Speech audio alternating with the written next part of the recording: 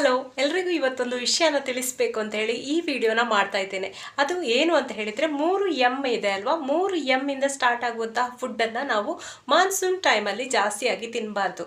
ಯಾಕೆ ಅಂದರೆ ಇದರಲ್ಲಿ ಈ ಮಳೆಗಾಲದಲ್ಲಿ ಫಂಗಸ್ ಬರುವಂಥದ್ದು, ಹೊಟ್ಟೆ ನೋವು ಬರುವಂಥದ್ದು, ಇನ್ಫೆಕ್ಷನ್ ಆಗುವಂಥದ್ದು ಅಂಥದ್ದೆಲ್ಲ ಜಾಸ್ತಿ ಆಗ್ತದೆ. ಅದು 3M ಫುಡ್ ಯಾವುದು ಅಂತ ಹೇಳಿದರೆ, ಒಂದು ಎಮ್ ಮಿಲ್ಕ್ ಪ್ರಾಡಕ್ಟ್ ಅಂದರೆ ಮೊಸರಾಗಿರ್ಬೋದು. ಮಳೆಗಾಲದಲ್ಲಿ ಮೊಸರು, ಮಜ್ಜಿಗೆ ಅಂಥದನ್ನು ಹಾಲಾಗಿ ತಣ್ಣಗೆ ಕುಡಿಬಾರ್ದು.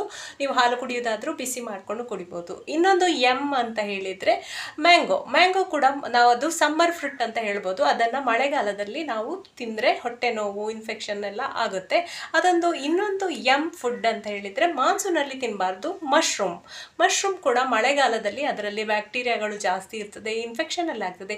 ಮಳೆಗಾಲದಲ್ಲಿ ಈ 3 ಫುಡ್ಡನ್ನು ಕಡಿಮೆ ಸೇವಿಸಿ, ಅದರ ಸೀಸನ್ ಯಾವ್ದಕ್ಕೆ ಇದೆ ಆಗ ತಿನ್ನಬೇಕು. ಇದರಿಂದ ಆರೋಗ್ಯಕ್ಕೆ ತುಂಬಾ ಒಳ್ಳೆಯದು. Thank you.